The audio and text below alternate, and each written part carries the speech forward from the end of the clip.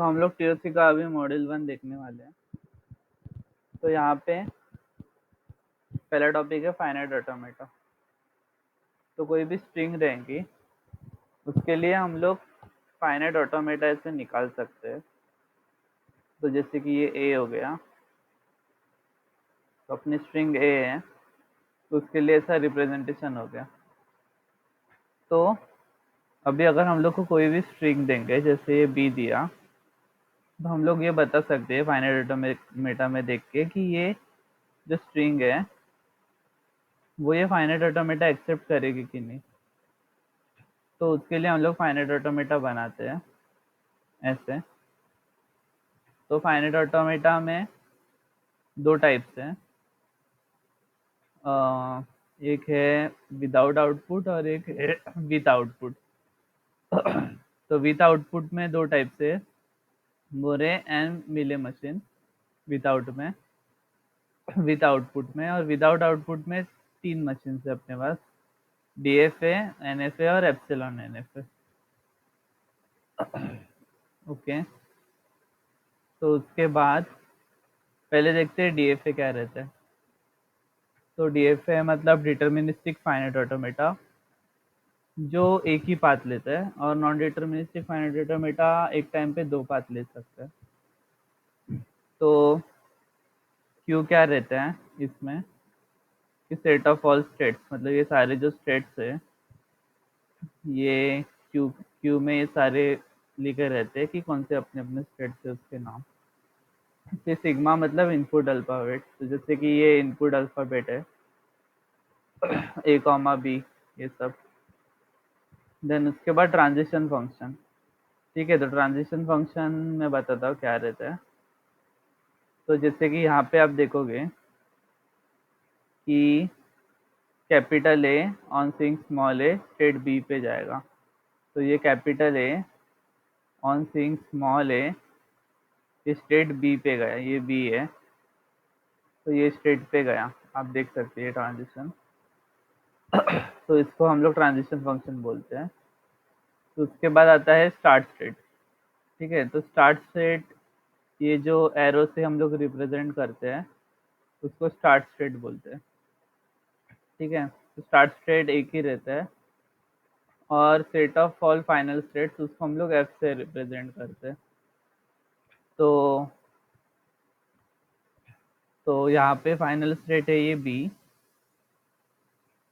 तो उसको हम लोग ऐसे दो सर्कल से रिप्रेजेंट करते हैं, ऐसे सर्कल के अंदर सर्कल। तो final state more than one भी रह सकते हैं। तो ये हो गया representation of finite automata, deterministic finite automata. तो अभी नेक्स्ट टॉपिक है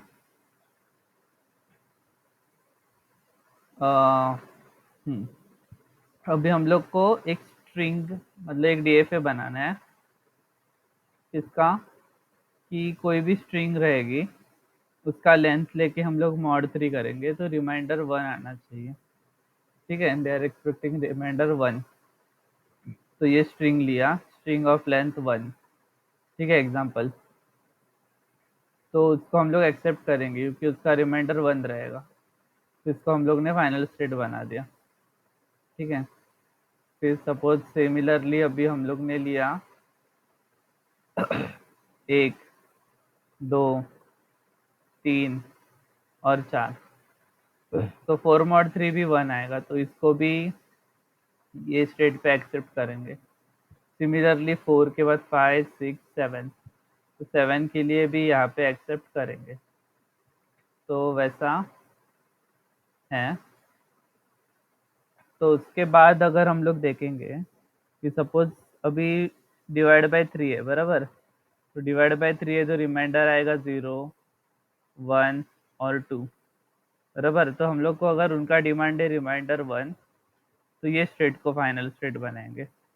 वो बोलेंगे रिमाइंडर 0, तो ये स्टेट को फाइनल स्टेट बनेगा, और रिमाइंडर 2 तो ये स्टेट को। तो अभी रिमाइंडर 1 बोला इसलिए ये फाइनल स्टेट है, सर्कल के अंदर इनर सर्कल। ठीक है, अभी सिमिलरली एक नेक्स्ट क्वेश्चन है। ये लोग बोल रहे हैं कि ए का लेंथ डिविजिबल बाय 3 रहना चाहिए और बी का लेंथ डिविजिबल बाय 3। मतलब 0 अगर है रिमाइंडर तो डिविजिबल बाय 3 रहेगा।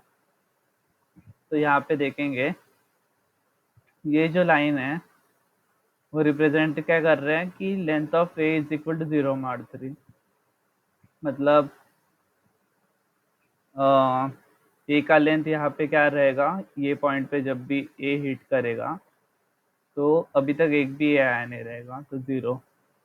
ये पॉइंट पे किधर भी ए हिट कर रहा है, जैसे कि ये हो गया, ये हो गया, या फिर ये हो गया, ठीक है, तो फिर वो क्या है कि एक ए देखा है उसने, ठीक है, मतलब रिमाइंडर 1 है। अगर 4 भी देखे तो आगे देखते हैं वो केस। अभी ये लाइन के लिए 2 मॉड 3, मतलब कि अभी तक 2 ए देखे हैं, ठीक है। तो आ, ये पहला ए, ये दूसरा है, ऐसा। सपोज 3 ए आए तो वापस यहाँ पे जाएगा, 3 आए मतलब क्या, रिमाइंडर 0। सिमिलरली 4 ए आए तो यहाँ पे आएगा, ठीक है, जैसे कि 4 ए आए तो फिर से यहाँ पे आएगा।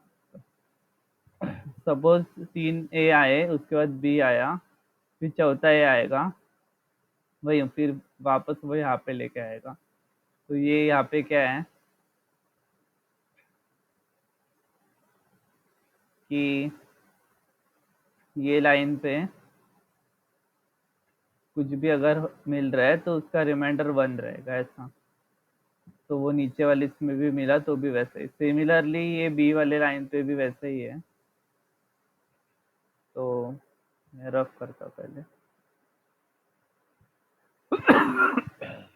हम्म, तो ये बी वाली लाइन है, तो यहाँ पे भी देखोगे कि इस पॉइंट तक ये वाले लाइन पे अभी तक 0 भी मिला है, ये वाले लाइन पे 1 भी मिला है अभी तक अपने को, ये वाले लाइन पे 2 भी मिले हैं। तो वैसे ये वो रिमाइंडर कैलकुलेट कर रहा है, तो ये सीधी लाइन है वो ए को रिप्रेजेंट कर रही है, जो ए हिट हो रहा है ऐसा क्रॉस आके उसका काउंट रख रहा है, और ये स्लीपिंग लाइन है वो बी का ट्रैक रख रही है। तो इसमें अगर हम लोग देखेंगे, वेट लेट मी क्लियर। तो फाइनल स्टेट एक ये है और एक ये है, ठीक है। तो ये क्यों है, क्योंकि यहाँ पे इन लोग ने बोला है कि about if except number of A is equal to number of B is equal to 0 mod 3। तो 0 मॉड 3 मतलब क्या, एग्जैक्टली डिविजिबल बाय 3। तो यहाँ पे भी एग्जैक्टली डिविजिबल बाय 3 रहेगा, 1 2 3, ए का तो हो गया और बी का भी 1 2 3। तो ये स्टेट पे ही number of A is equal to number of B exactly divisible by 3, और यहाँ पे उनको चाहिए कि रिमाइंडर 2 रहेगा नंबर ऑफ ए और नंबर ऑफ बी का। तो यहाँ पे भी देखेंगे 1 और 2, तो ए का तो रिमाइंडर 2 है, और सिमिलरली बी का 1 और 2, ऐसा ये वर्क कर रहा है।